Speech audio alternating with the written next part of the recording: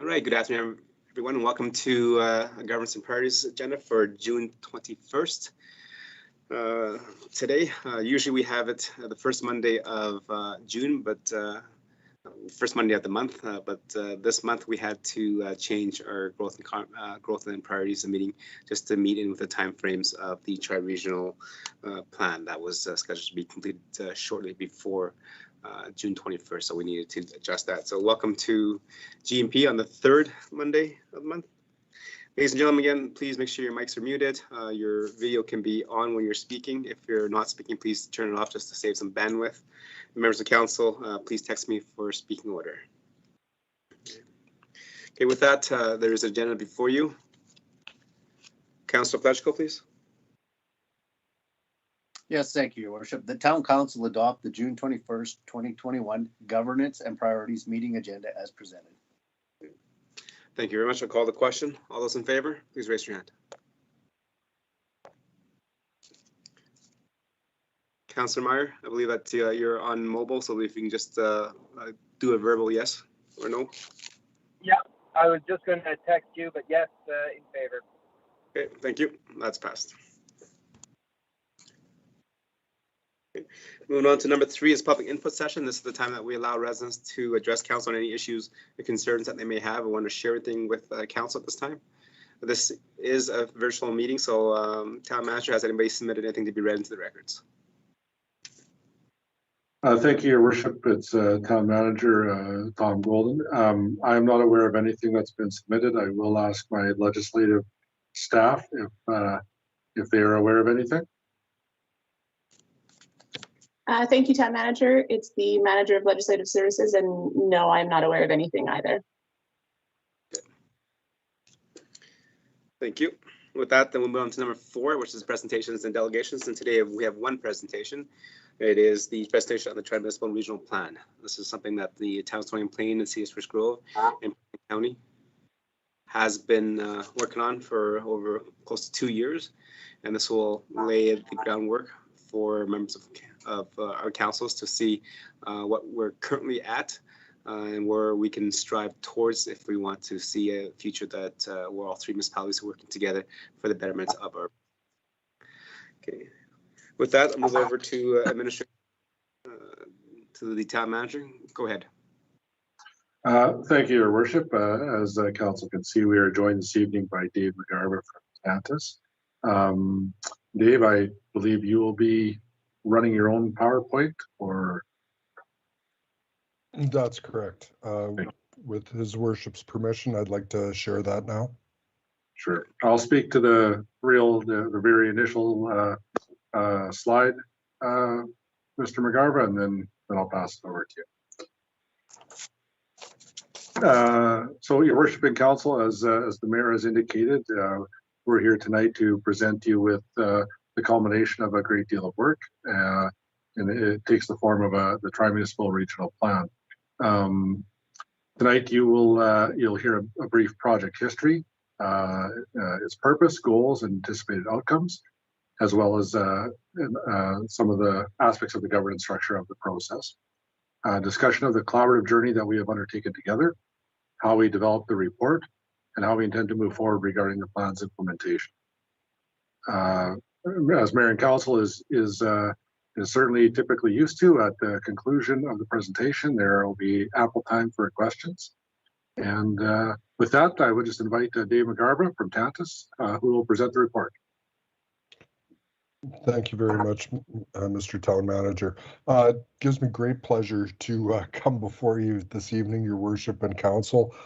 This has been a journey, and you'll hear that word several times during the presentation. The collaborative journey among you and your partners of Parkland County and the City of Spruce Grove is decades old, and this is another milestone along the way. The project itself has been quite the journey as well. Mr. Golden outlined the topics that are going to be covered this evening. Just to reaffirm, there's the topics in front of you. The purpose of this is to present the final report to council, and I leave myself open for questions at the end through you, Your Worship. The topics, we're going to talk a little bit about the project history as mentioned and the governance model that was employed. And then, as I alluded to, this is just another milestone along the way, and we'll talk a bit about the pathway, excuse me, of the individual journey of developing this plan itself. There's a term called investment packages used throughout the report, and I'll be alluding to that structure and how they're put together. And then some comments on moving forward. There's an ample number of recommendations in the document itself, but there's also some ancillary recommendations around how you folks may better continue to work together. And then, as mentioned, there will be ample time for questions and answers.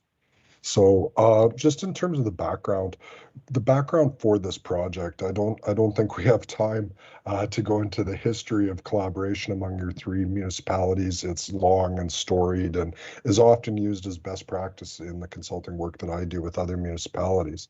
But for this particular piece of the journey, all three municipalities committed to the development of this tri-municipal regional plan. So the idea of how could you better work together. And in January 2019, all three municipalities signed off through a joint letter of intent, and it was funded through Western Economic Diversification in early 2019. And the work culminated, as you saw, another draft of the report actually came out Friday. We wanted to tighten up a couple of little pieces in it. So this is literally hot off the presses as it sits in front of you. The purpose of the plan and the purpose of the project is pretty broad sweeping and very timely given our economic circumstances. And of course, we didn't know about the COVID pandemic when this project began in earnest. But as it worked its way through, the impacts of COVID that we're all speculating on at this point and how municipalities and citizens and business and social structures are going to recover has been top of mind throughout this project and through the discussions. So coming out of that and aligning with the recent economic downturn, it was looking to how can you foster this vibrant, this growing, this diverse and inclusive tri-municipal region. And the notion that you can always continue to improve your governance and service delivery, fiscal capacity, the economic prosperity was looked at through a collaborative lens. Obviously, that is the mandate of every council to look at their municipality and how they can grow and prosper themselves.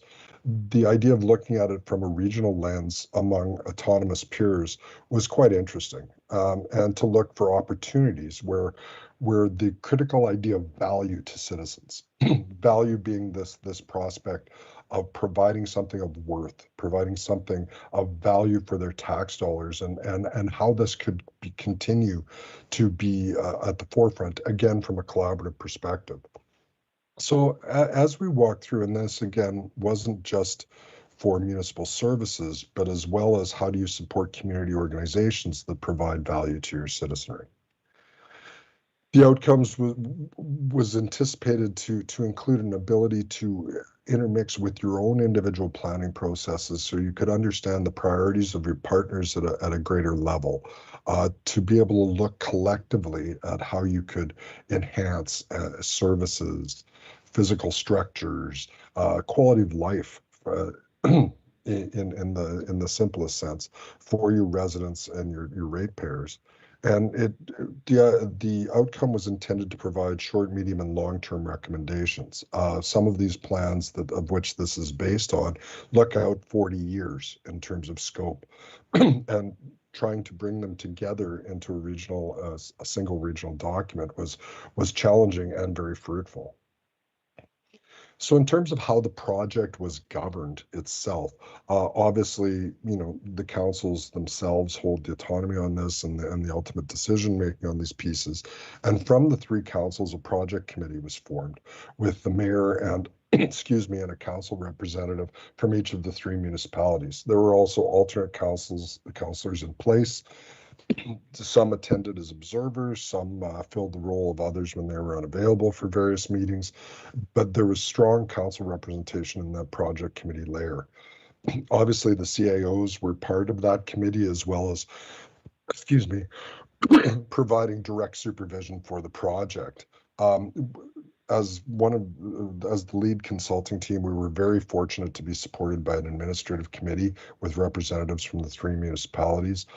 Your representative, Director Brenda Otto, was invaluable, providing guidance, providing insight, providing contact.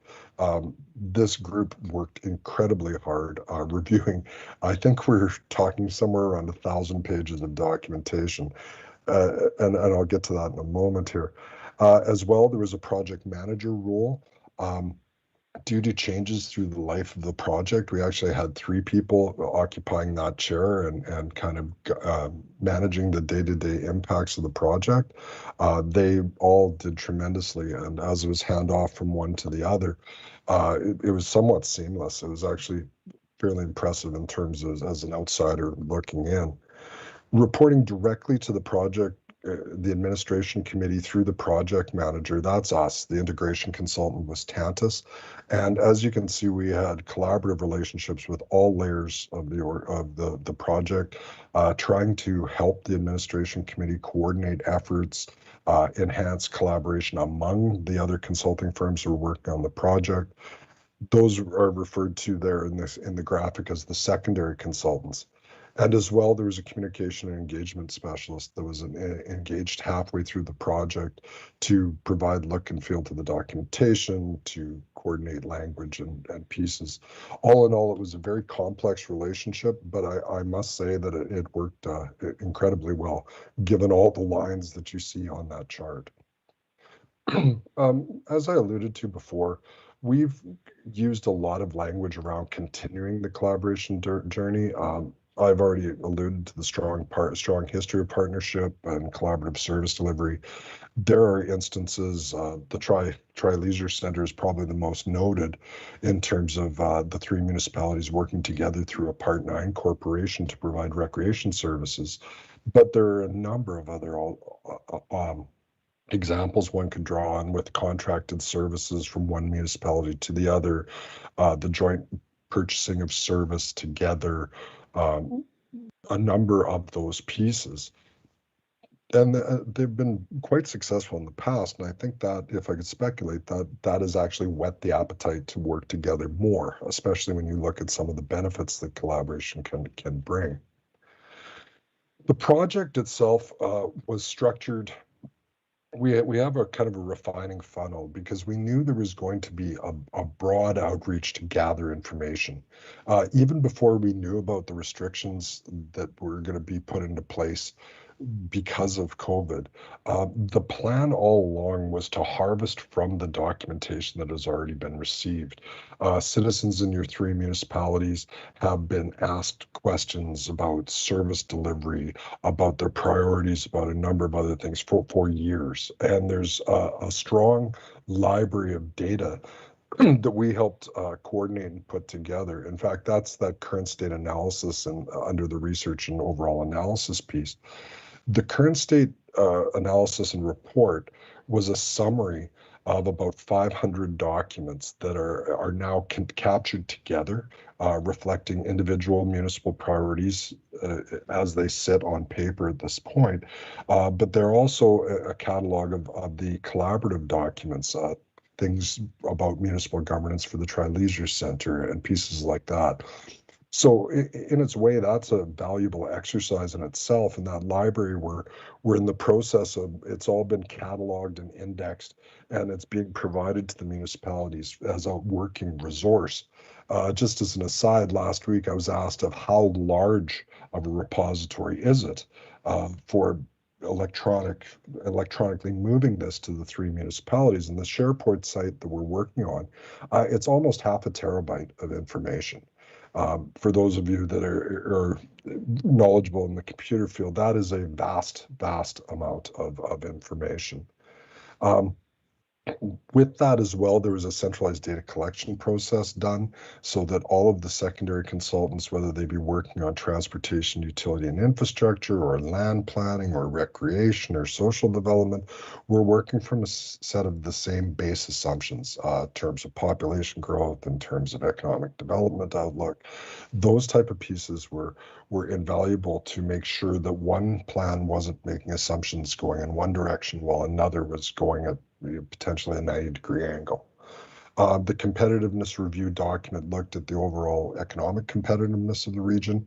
And again, those three documents set the stage and provided a base layer so that everyone could, every one of the secondary consultants could be working from the same set of data.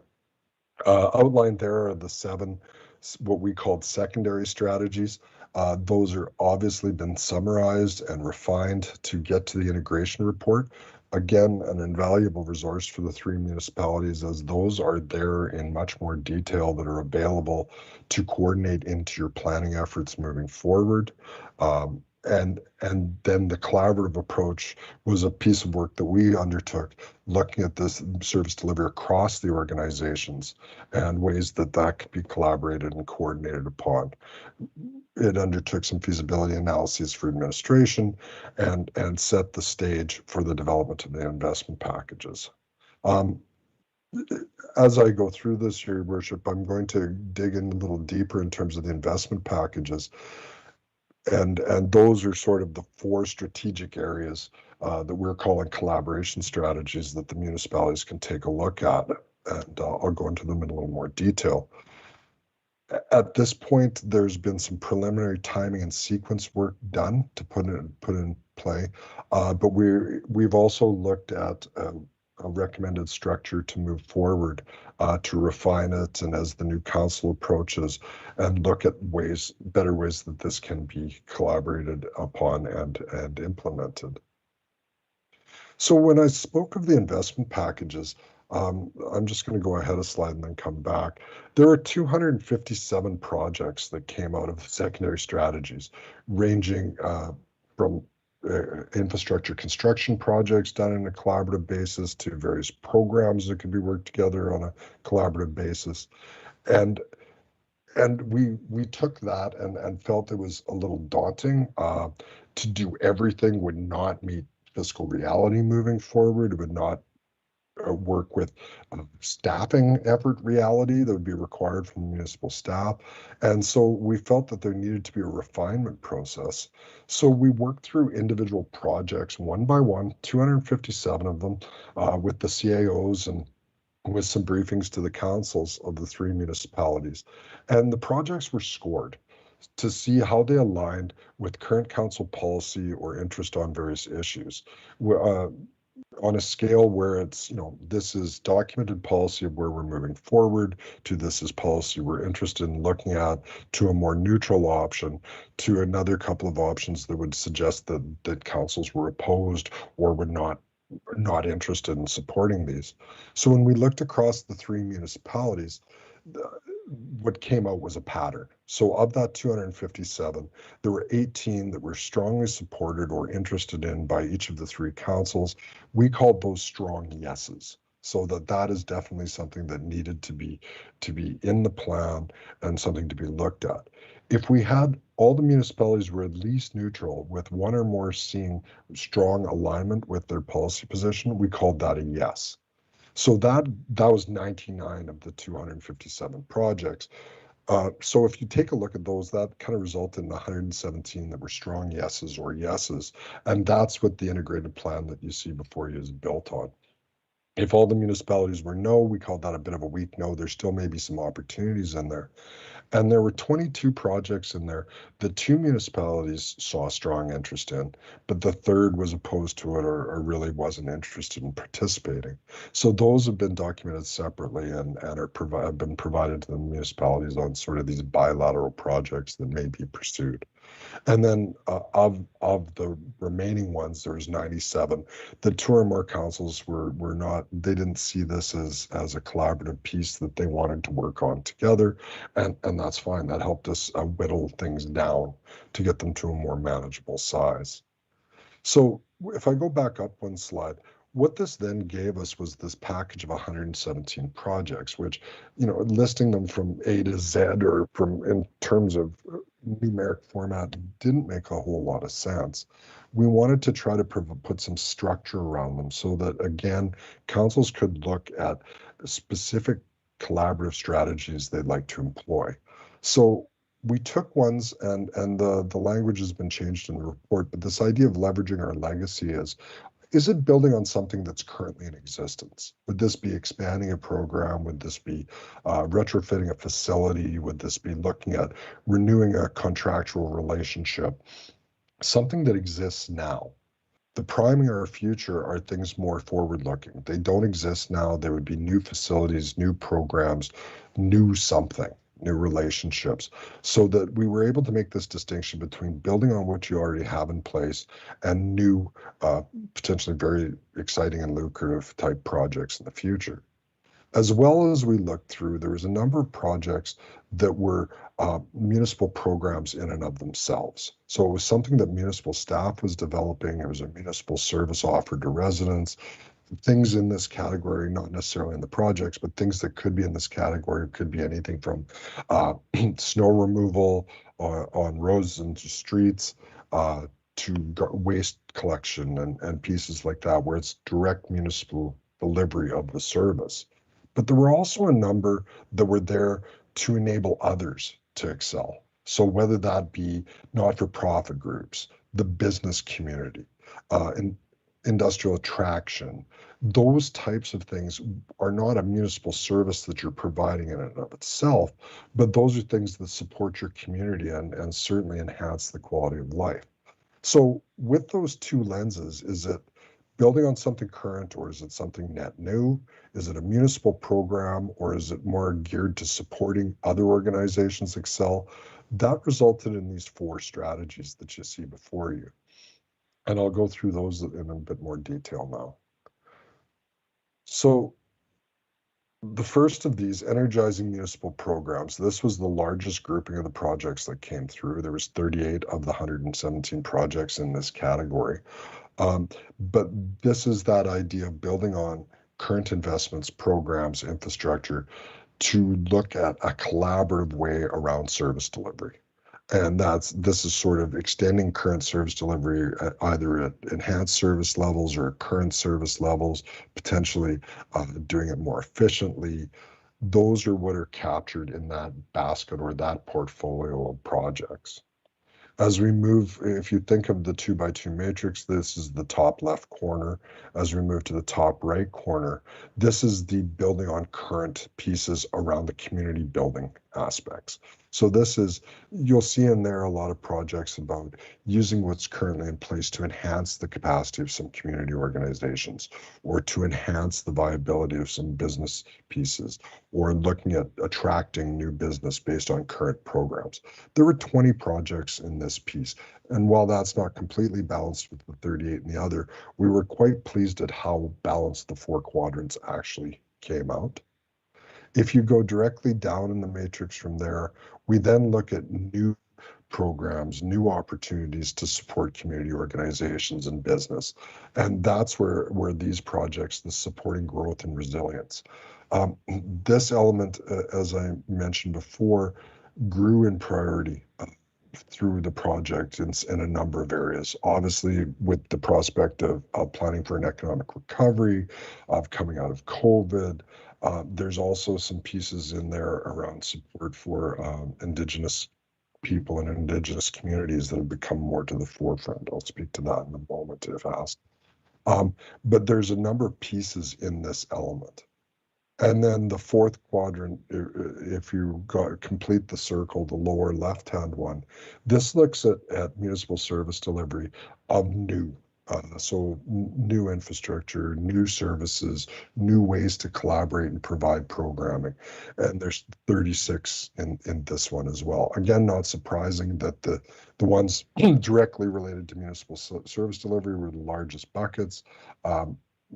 As you know, those are the nature and operations of the municipality itself.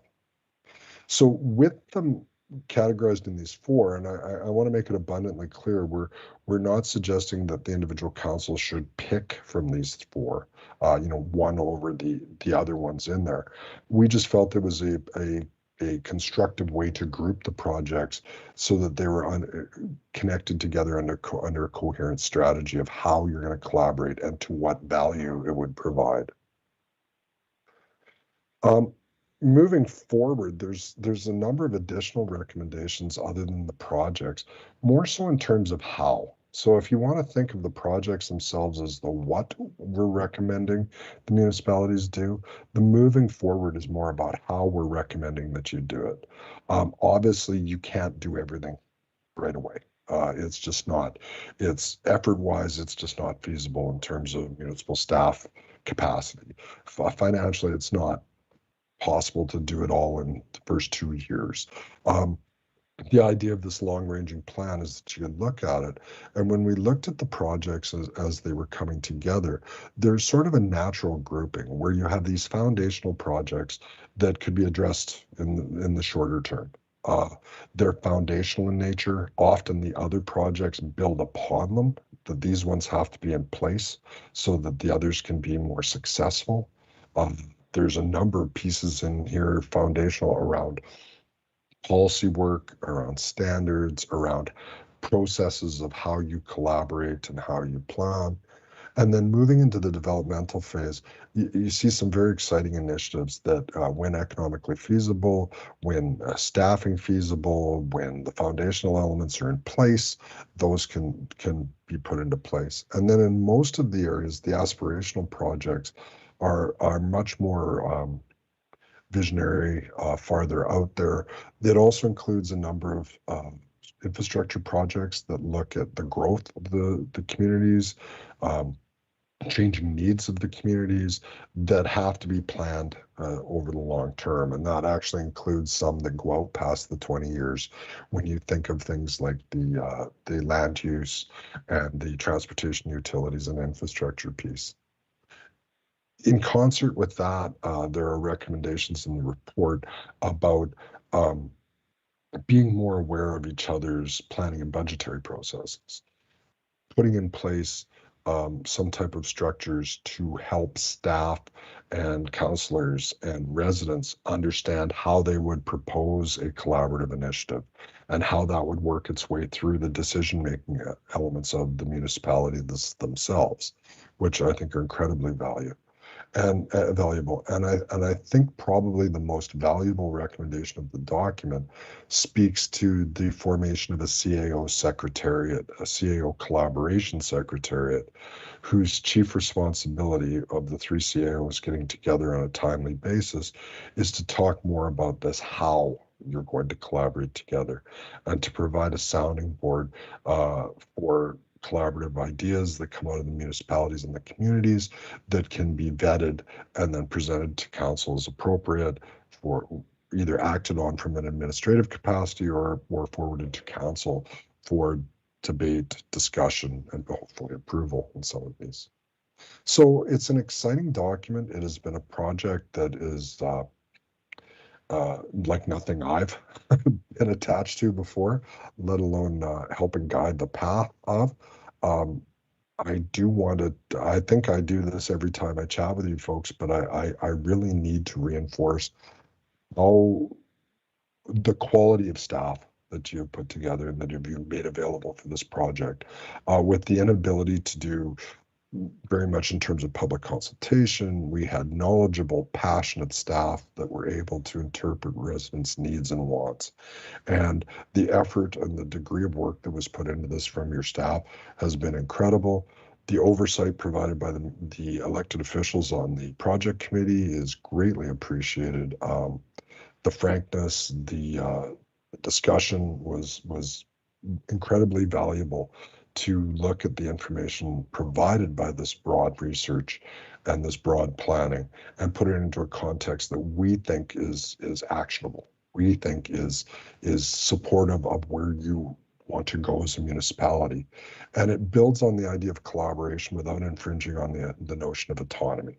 And I think that's an interesting balance as we look across the province and across Canada, and frankly around the world, at local governments collaborating to get better bang for buck for residents and to avail themselves to expertise in other jurisdictions. It's just a very exciting time. So that concludes the formal component of the presentation. Your Worship, I stand available for questions if any of the councillors want to dig a little deeper. Okay, thank you, Mr. Carver, for your presentation. It is very informative. And thank you for the work. Like you said, this has been a project that is first of many that you've never done yet. So this is the first, and hopefully that other municipalities will do more of this, because I think looking at what we can do as a region provides the ability for us to properly develop land, offer services, and then also increase the quality of life for our residents. Our residents do not see borders. There's no invisible fence that when you, as a Stony Plain resident, run into that fence, you get knocked back down, and you can't enter into the city of Spruce Grove or enter into Parkland County. So that doesn't happen. So the more that we're able to talk and sit at the table and look at things that could take us there. And I love the way that you have framed up where this is foundational, this is aspirational and all that stuff, because you're right, we need to build those foundational steps first for our communities. And sometimes as partners, we may not be there yet, and that's okay. We're able to put some of these things aside. As you mentioned, there's over 107 recommendations that are a yes or a strong yes. So if one municipality is not quite there yet, that's okay, because we can move on to another initiative and look at that to build up those relationships and build that foundation where our residents see the tri-region as one region with 3 municipalities working seamlessly together to provide the best needs and services for our residents. So thank you for your work. Members of council, any questions of clarity, understanding, and comments to our presenter? Councillor Bennett, you are first. Thank you, Mr. Mayor. I have several questions. I hope they're quick questions because it's just for clarity that I'm asking them. This was a great document. I have to say that as a member of council, I'm very proud of the work that we've undertaken and very appreciative to your consulting firm for helping us put it all together. I think it's a great start. So back when you were showing your slides, I have it on page 29 of the book.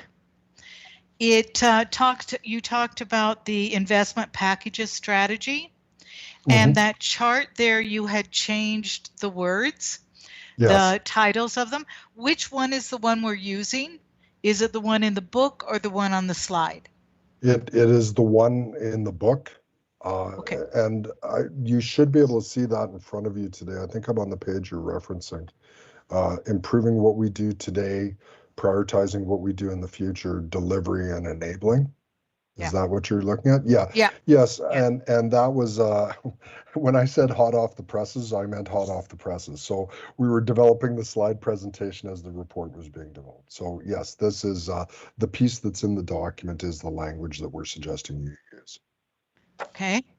I have page 80 on the computer. I think it's the map, the future development area, the map there. Yep. Yeah. Okay, so I was looking it up in the book. It's on page 99. I can see the map more clearly on page 99. And it's very hard for me to distinguish between the future development areas and the agriculture areas. And I think that's really important because honestly, I don't see many future development areas. That would be a dark gray. And from what I'm looking at on this map, I don't see any. Are there any? Councillor Bennett, I have to profess I am not a land planner, and I would refer you to the preferred land use strategy. That was the separate document. It goes into this in a great deal more detail. This was just provided as sort of a summary of those reports, and that map that you're referring to came directly out of that document. So I would ask you to put that through to your staff who helped contribute to this piece, or refer to the actual land use strategy document. Yeah, thank you, Mr. McGarva. I'll ask our planning staff when we get into the business portion of this Okay. meeting. So thank you. Okay, so also, and maybe you can't answer this one either because these are more specific to what I was Sure. reading. And just tell me that, and I'll I'll ask it at a different time. So on page 56, that's page 56 of our computer, it talks about removing barriers from board and committee participants.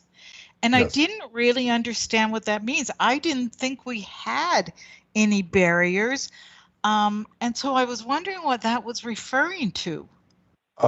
That came from the social development plan itself.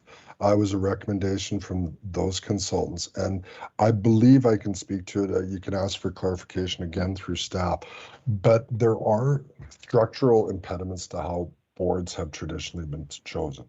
And that's more from either from a nominated list. I'm not speaking specifically to Stony Plain, I'm not sure, but I do know some municipalities had how they advertised them, how they selected board members, those type of pieces. So this is more of an investigation to ensure that those type of structural barriers are not in place, and that boards and committees under the municipal authorization are wide open for diverse membership and pieces like that. Thank you. Mr. Mayor, then, you know what, I'm going to ask those questions when we get into the business, because I'm sure that our community and development general manager can speak to that. One more question I had, and probably it's the same thing. Throughout the document, it talked about shared wastewater and stormwater policies. But we have commissions that deal with that. So I wondered how that, if I'm reading what our commissions do incorrectly, if that was throughout the report that we should be having that. I thought we already did. So if you can add a comment to that, that would be great. Otherwise, I will save that question for our staff also. I'd like to add a comment. I'm not sure I'll answer your question, but in terms of, you'll see a certain flavor through a number of those projects. And I can't speak directly to the wastewater commission structure and pieces like that.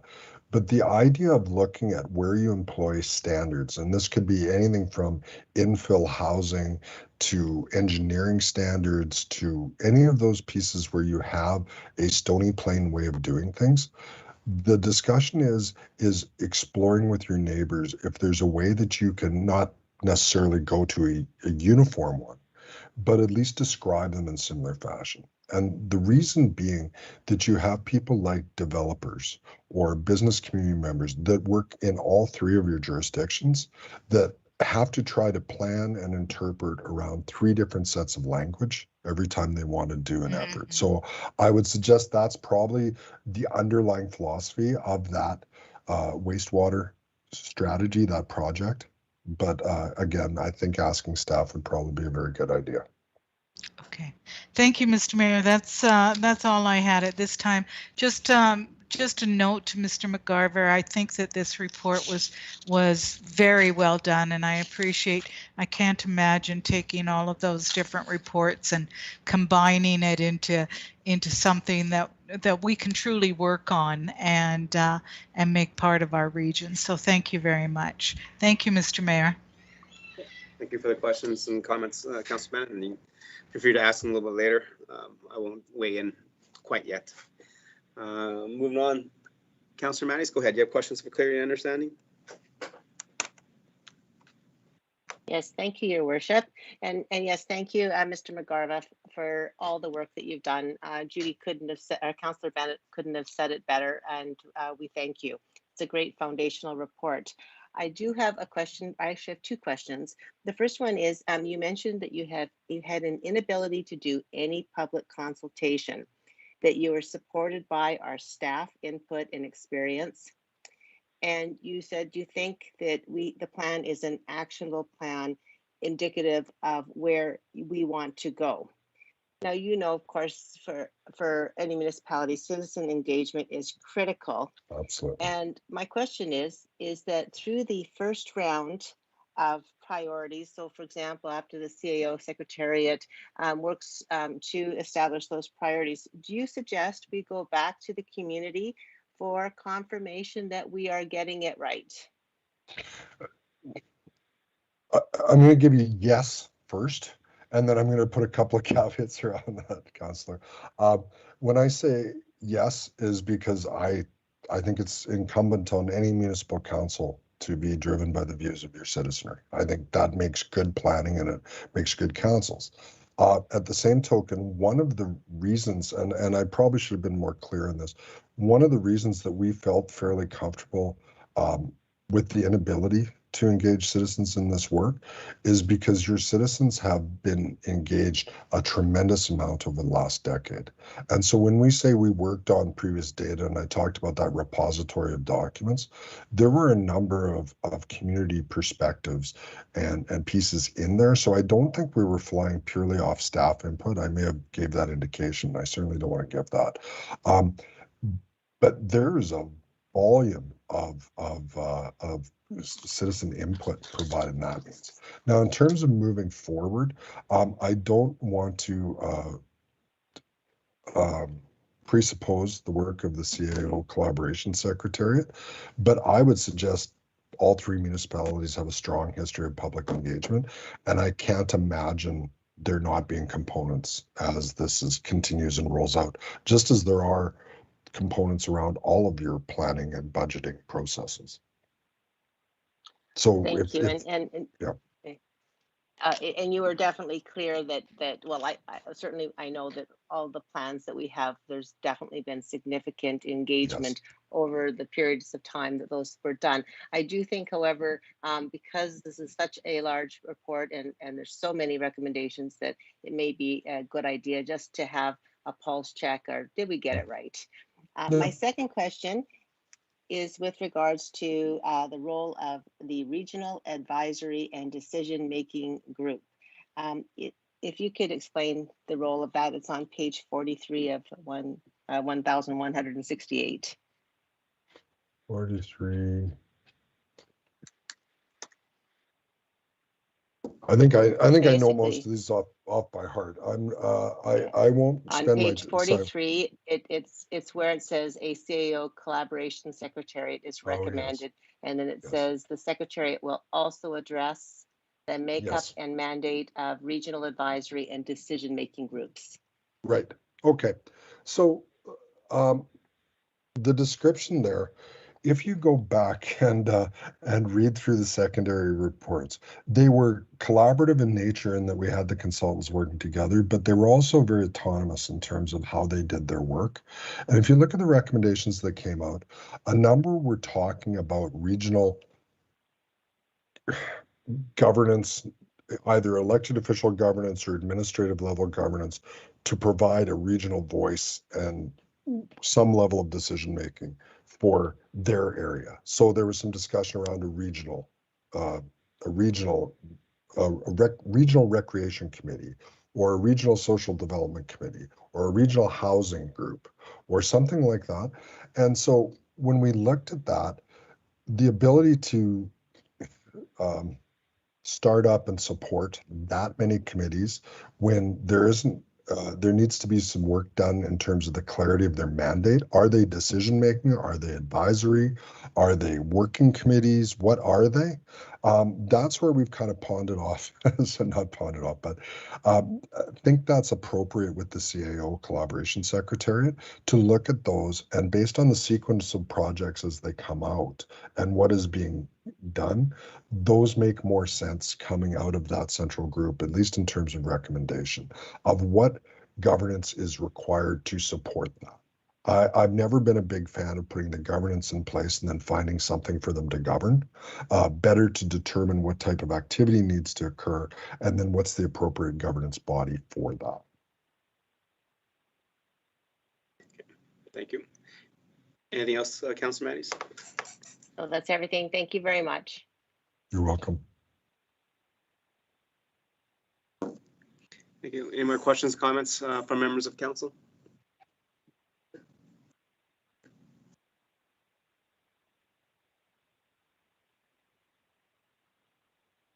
See none.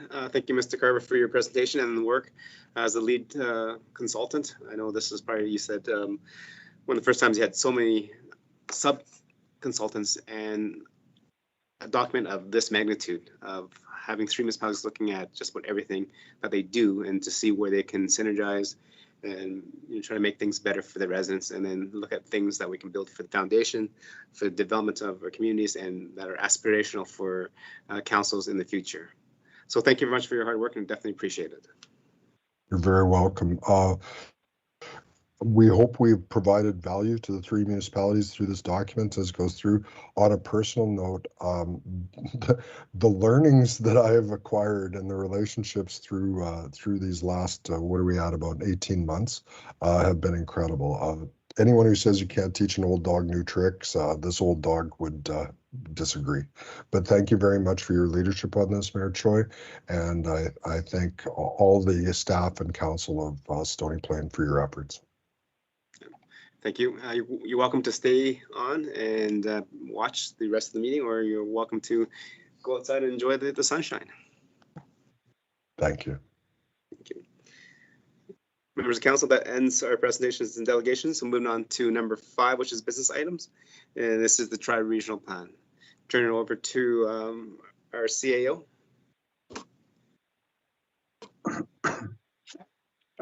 Thank you, Mayor Choi. Again, as mentioned earlier, it's certainly my pleasure to be here at this point to support the presentation that we just received from Mr.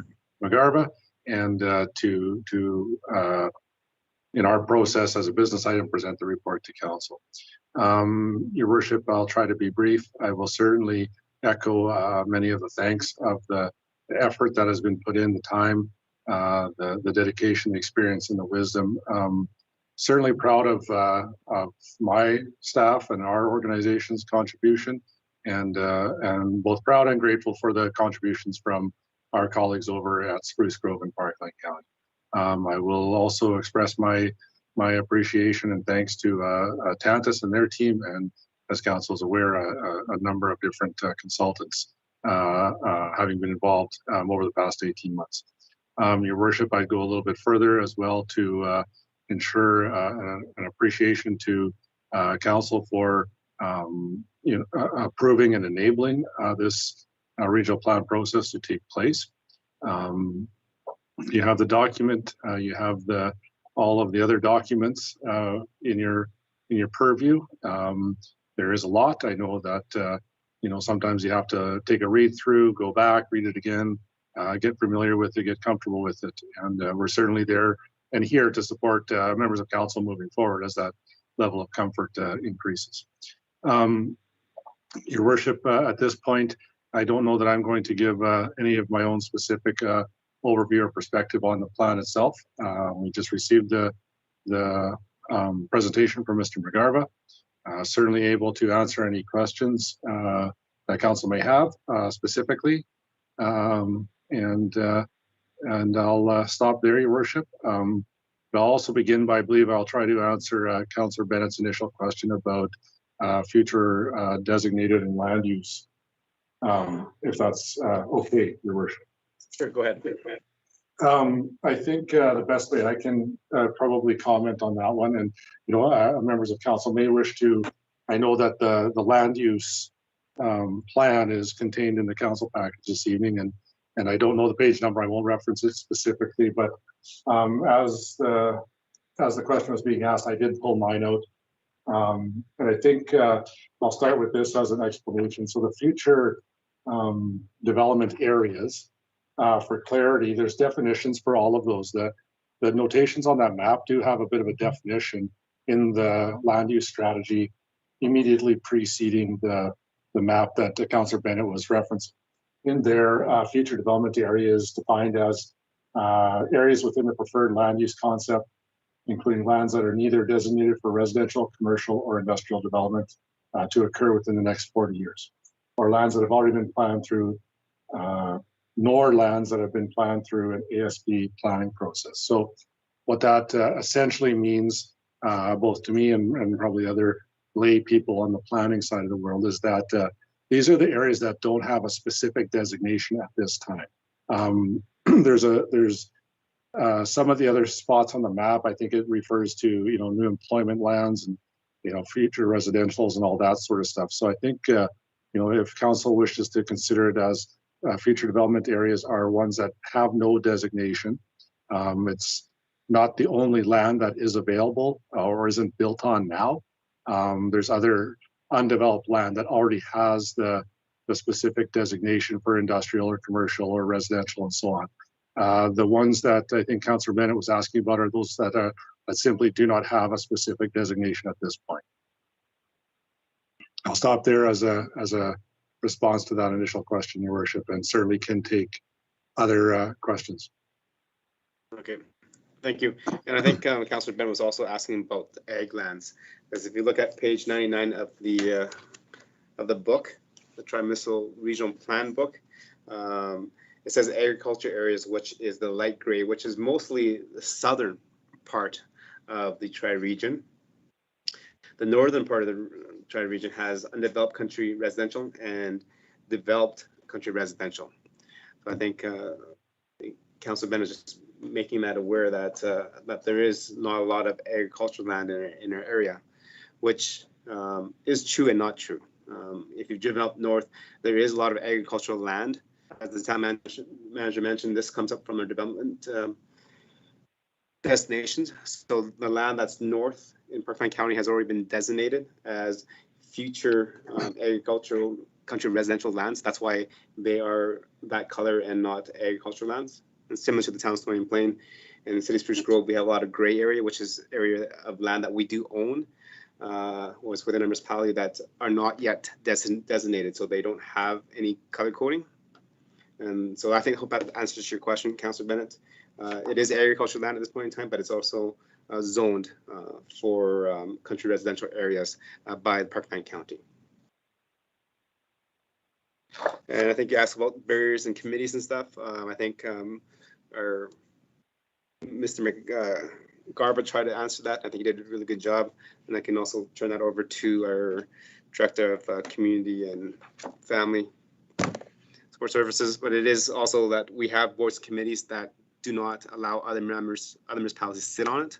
For example, if where the town of Stony Plain Library has X number of board members, and you have to be a member of a resident of Stony Plain because it is the Stony Plain Public Library and not the City of Spruce Grove Public Library.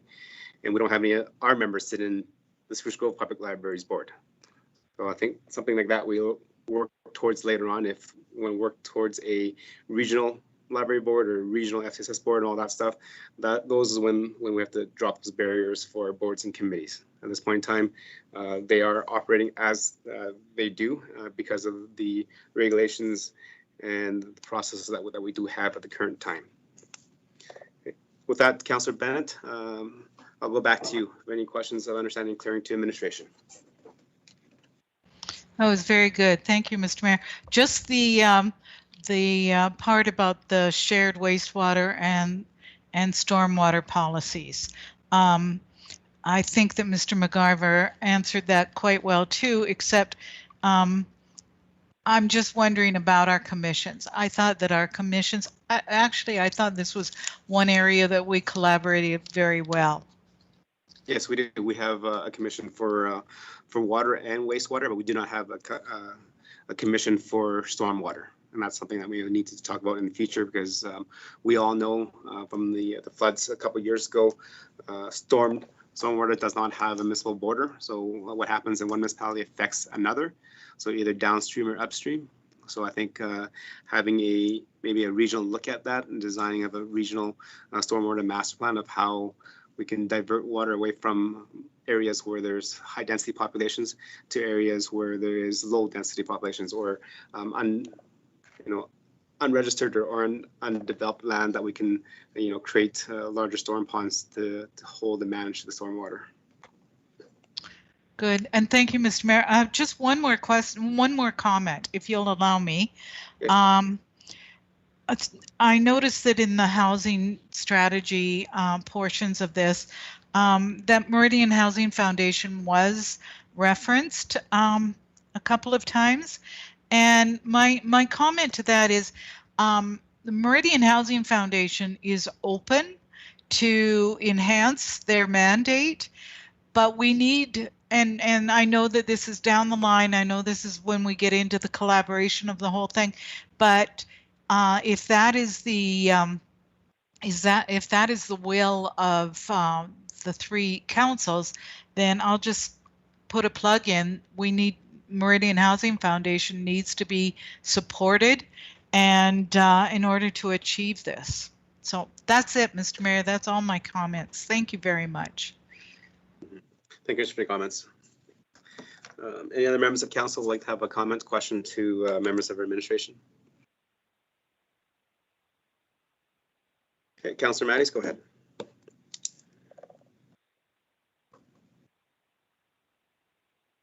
Thank you, Your Worship. My question is with regards to, it's on page 49, and it's regarding number 183, which is the harmonized offsite levies. So we had a number of our elected officials this week had the opportunity to attend the Bloom elected officials course, and we were covering offsite levies. And it was suggested by the course leader that we should be asking for all offsite levies that we're eligible for, and that's including what's listed there, but also fire halls and recreation. And I'm wondering if I could have feedback as to, when we talk about harmonizing, would we be looking at adding all of those? And what is the opinion of administration on this? Thank you. Okay, thank you. That's a good question. Town Manager. Thank you, Your Worship. I'll try to speak to that in both brevity but clarity. So, you know, I mean, the recommendation itself, 183, harmonized offsite levies. I believe the intent there, as if you notice, is using consistent criteria, documentation, etc. You know, what this is driving towards is, I believe Mr. McGarva had commented on it on along these lines, but it's the notion that whatever the end number may or may not be, because those end numbers are driven by specific projects within the localized area. So notwithstanding the end number, it would be that the approach, the timing, the criteria, the formula, so on, is the same. And it's, you know, the basic idea there, as I understand, would be just for ease of understanding and clarity to those in the development industry specifically that are working with these from time to time. So I believe that's, you know, I'll stop there on the first part of the answer.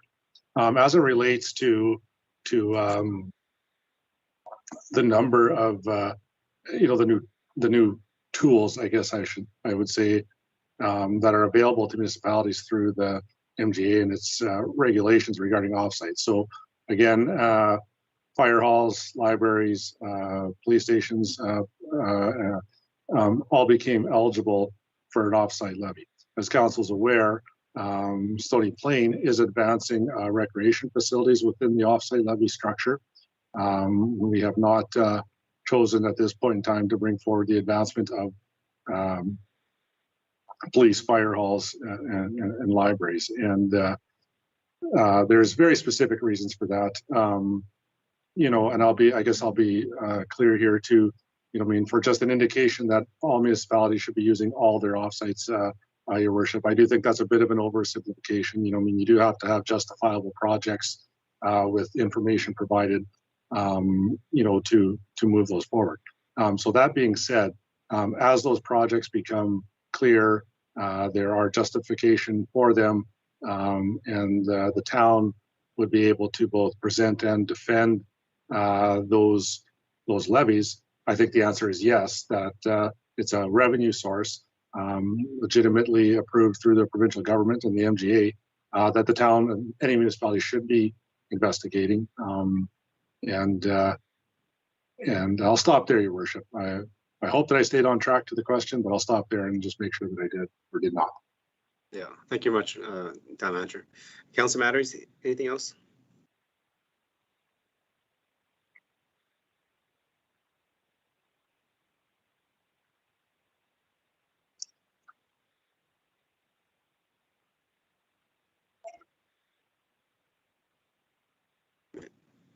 Councilor Matties? We lost you there.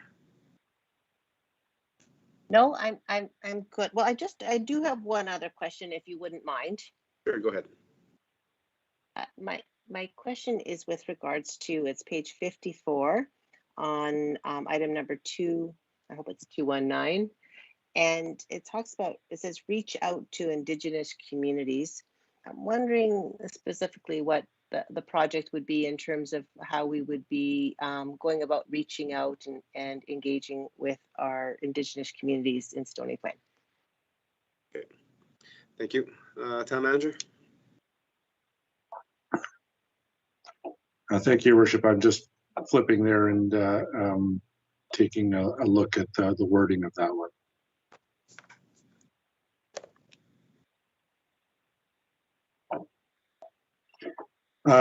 Thank you, Your Worship. I guess I would indicate I believe this is intending to just establish and put forward clearer and cleaner communication across government to government, so to speak, to ensure that I mean, there's awareness of what's happening in our communities and just bring up that information sharing is my understanding of this.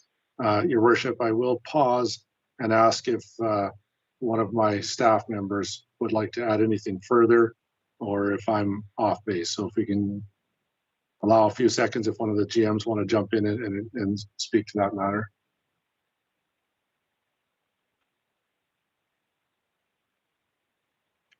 Town Manager, it's Lisa Gilchrist. Your Worship, through you to Councillor Matties, I would just add that part of that is just formalizing the relationship a bit more, putting together some plans to, I guess, to connect with the Indigenous leaders within our region and being more mindful of how we collaborate in planning programs and services together. Thank you.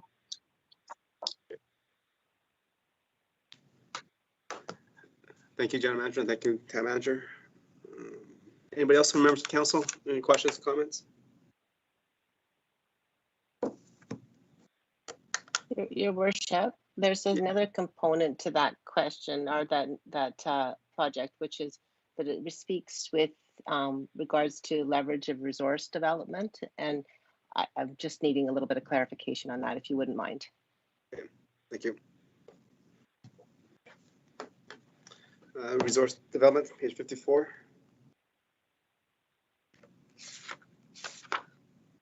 That's the same item number. It's to reach out to Indigenous communities to take advantage of supports and share events and programs. And the second part of it says this project may be done in conjunction with 216 to leverage resource development. Again, explore the opportunity to develop in partnership with not-for-profit organizations with a goal to support that group in provision.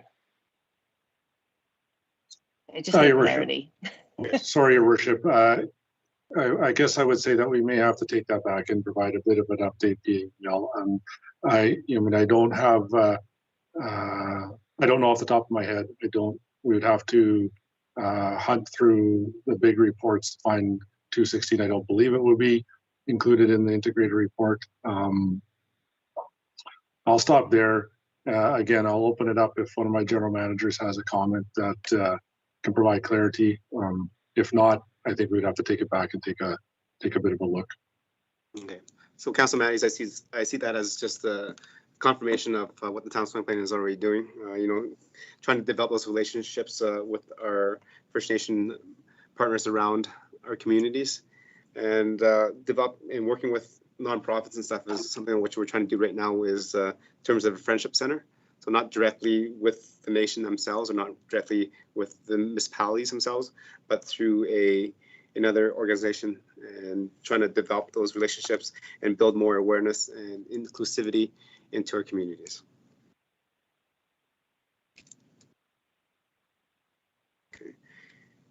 Councillor Matties? That's fine. And if there's any other feedback regarding that, that would be great. Thank you. Thank you. And then Town Manager will, if there's any more feedback, then we'll go through an email. Any more questions or comments from members of council?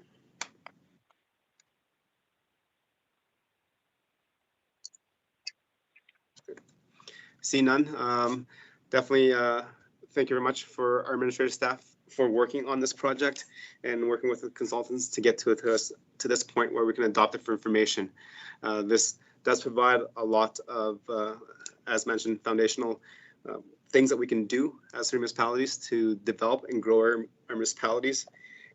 And there's also lots of things that maybe that do not quite fit at this point in time and that we need to revisit later on. So I just wanted to thank Councillor Plechko for sitting on the committee with myself, and also Councillor Laurie as the alternate. Both those two gentlemen have provided and played a vital role in kind of sharing the Stony Plains perspective on many of these issues, so that when the consultants put the plan together, there's always, what was Stony Plain like, what does it feel like, and what does Stony Plain want to see happen. So that goes to show how strong a region is, where each municipality had representatives that shared their views of their communities and how they saw it fit in the regional picture.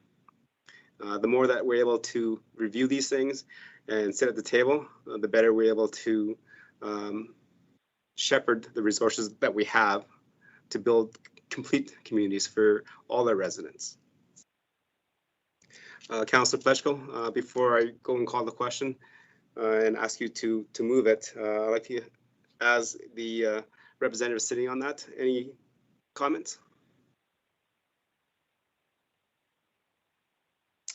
Thank you, Your Worship.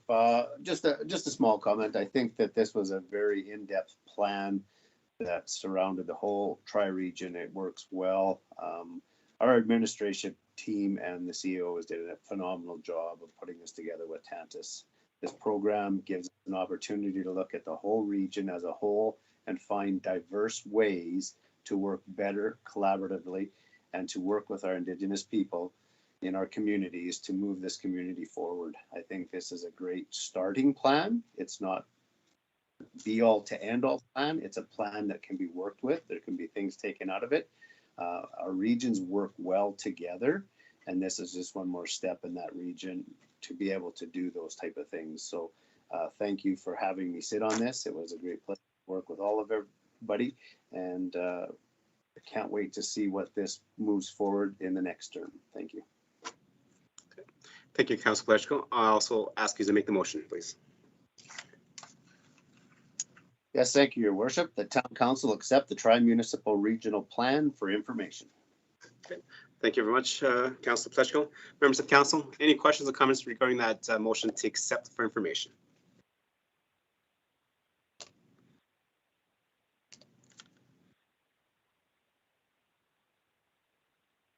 Okay. Seeing none, maybe Town Manager, can you just provide us with a brief comment of the next steps for us? Definitely, obviously, through the presentation, there's a lot of good information, a lot of steps that we can take forward. There's definitely 18 that were strong yeses in terms of recommendations that we can do as 3 municipalities all see it as important, and it is part of our current strategic planning process. Eric There's also is now exiting. There's also 99 recommendations that were strong, that were yes, that were at least 2 municipalities saw as being important for their residents and their communities. So in terms of next steps, we will be accepting this for information. When will this kind of get reintroduced to members of council as we continue to move through strategic planning?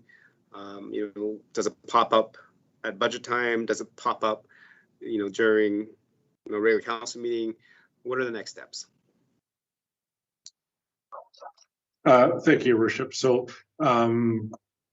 maybe a couple of quick comments there. So, formally, our council this evening and Spruce Grove and Parkland County councils later this week will be receiving the same presentation and passing what I guess I should say I would they are being asked to pass the same recommendation that council has on the floor at this point. So all three councils will be accepting the report for information. There's been some dialogue about the CAO Secretariat. Formally that Secretariat will be is now joining. That CAO Secretariat will be coming together in the fall and will begin in earnest taking a look at terms of reference and a couple other initial processes to house and guide the plan moving forward.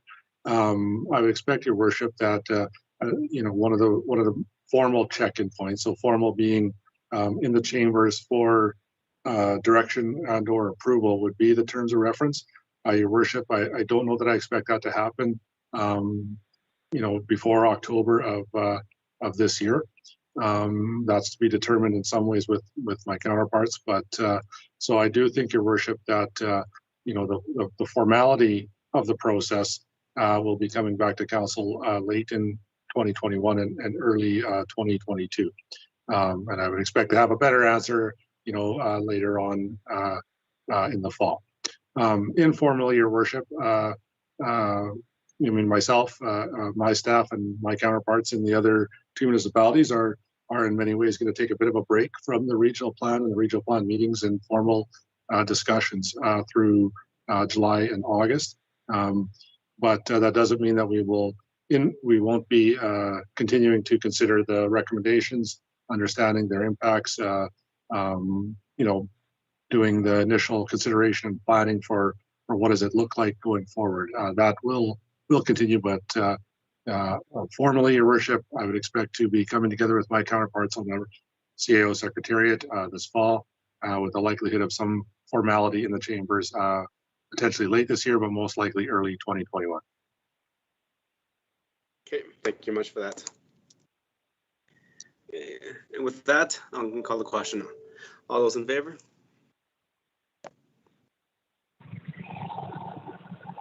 Mayor Choi, Derek Meyer. Yep, Yes. in favor. Thank you. Mr. Mayor, that's 6 hands in favor. Thank you very much. And that is unanimous. Thank you. Moving on, our agenda is information items and council discussion. So members of council, anything that you need to bring up to members of council's attention or to administration for comment. We'll start with Councilor Pletchko. Go ahead. Geez, 3 firsts tonight. Thank you, Mayor. That's a rarity that I get to talk that many times in an evening.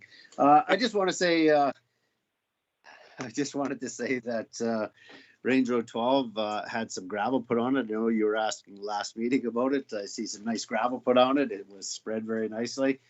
Just wondering if administration can be helpful a little bit. I see only one side of portions of the road got a little bit of calcium or whatever it is that they use the dust control. The other side still causes a great concern for some of the residents along that road, and they're quite anxious to see if the dust control can be controlled a tiny bit more. And I'm glad to see that construction is moving ahead within our community. However, there is some really long lineups again for the summer. I just hope that all of our residents are patient and peaceful with what's coming along so that we can move that forward. Thanks, everyone. Have a great evening. Thank you. Councillor Laurie. Thank you, Your Worship. Not too much this evening. Councillor Pletchko going first, covered off the number one thing I was going to talk a little bit about just in regards to the construction. Appreciate the updates that we have been getting from administration and those getting out to the public as best as possible. Obviously, I hope with the stretches of good weather that we've had and we are due to have that we'll be able to get all these projects completed and wrapped up quickly. I appreciate as well the letter that went to the province of Alberta in regards to Highway 16A.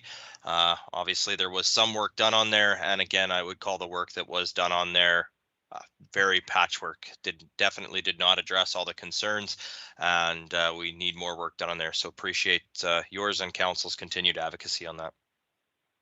Okay, thank you, Councillor Laurie, and definitely that's definitely not what is needed. to make sure that that road is safe for all residents that are traveling on it. Councillor Matties. Thank you, Your Worship. Today, we celebrated the National Indigenous Peoples Day with the Edmonton Chamber of Commerce, where we had the Honorable Rick Wilson, who is the Minister of Indigenous Relations. He spoke about many important issues with regards to our Indigenous neighbors, with regards to opportunities to work hand in hand together to build our province together. So that was their priority. Also, the opportunity for Indigenous people in terms of that they are skilled and they want to work and operate businesses in Alberta. He talked about a new Indigenous tourism corridor that and mentioned that WestJet confirms that 1/3 of people who visit Alberta want to have an Indigenous experience, for example, like what's offered at Fort Edmonton Park. And I know there's an opportunity for us to be part of that in Stony Plain as well, ensuring that you know our groups, for example, Parkland, Parkland Pioneer Museum, and that would be wonderful to have, you know, maybe that part of that and included. Also, they talked about some of the Indigenous groups in Alberta that are thriving, and one example was the Whitefish Nation. They're from East Central Alberta, and they are they have a thriving industrial clothing, the blue coveralls that you see on many industrial workers, and so some very successful entrepreneurs in Alberta.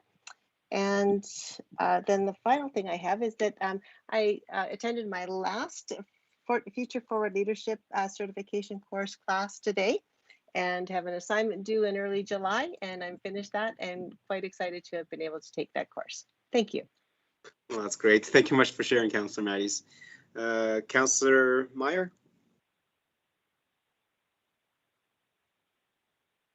Yes, thank you, Your Worship. Nothing for me this evening, but I would like to say thank you to Councillor Matties for bringing up Indigenous Day.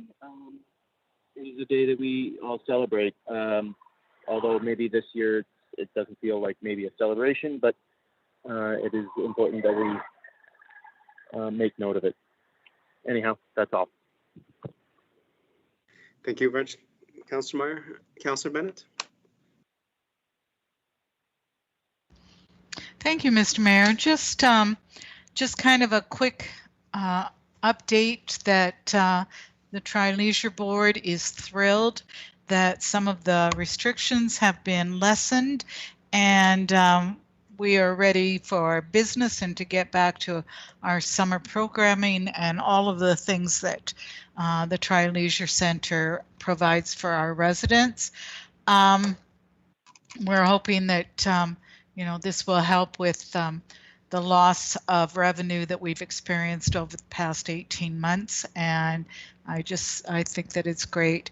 And I'm just thrilled that the province is on its way to opening up.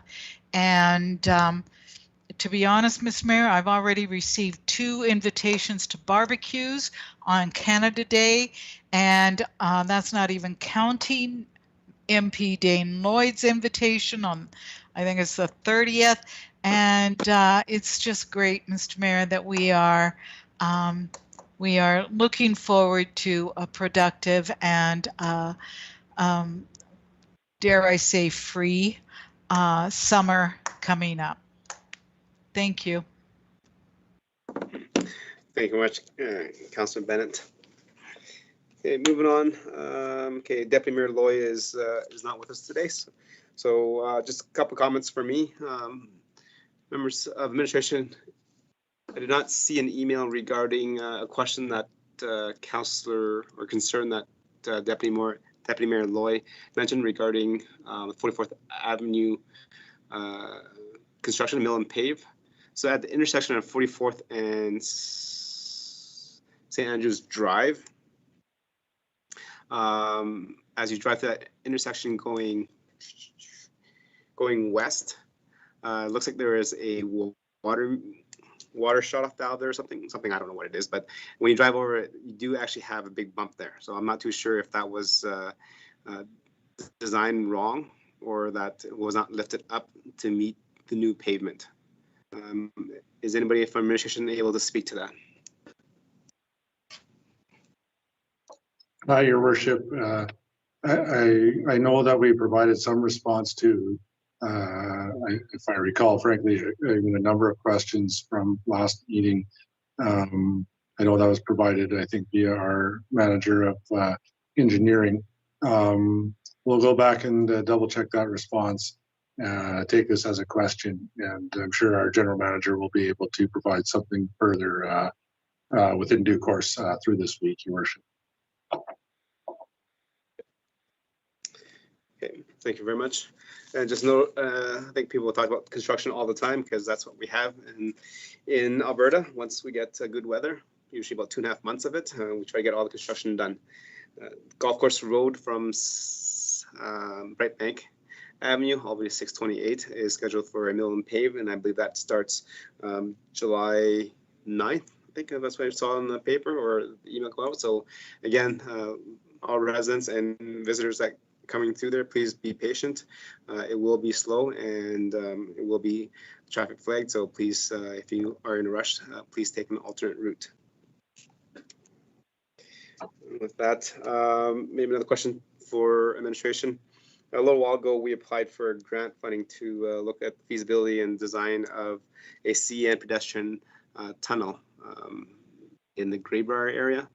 I have not yet heard anything about that in the last little while. So where are we on that file in terms of looking at a second pedestrian tunnel under the CN train tracks? Your Worship, I can speak to that. And I'm trying to open a document at this point in time, but Your Worship, long story short, I believe it's our intent to provide a more thorough update and overview of that request or strategic plan item.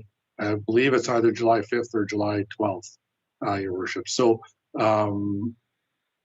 I don't know if it's that timely, Your Worship, but I know that we will be bringing that into the council chambers to provide an overview on. I'll stop there, Your Worship. Certainly, if you wish to know more, I can try to answer now. If not, that report will be coming in detail. Okay, no, that's fine. Detail is fine. Thank you very much. And with that, ladies and gentlemen, thank you much for your time today. Thank you, administration, for working on the Municipal Regional Plan. And thank you, members of council, for participating in it, reading through it, and then coming back with questions for clarity and understanding. As I've mentioned earlier, this plan will set and be the basis of many of the projects and initiatives that will drive our communities forward. I've said this many times, as a community, we cannot provide everything, do everything for our residents. We need collaborative partners, and the best partners are our municipal partners, Stony Plain with City of Spruce Grove and with Parkland County. Okay. With that, enjoy your evening. The meeting is adjourned.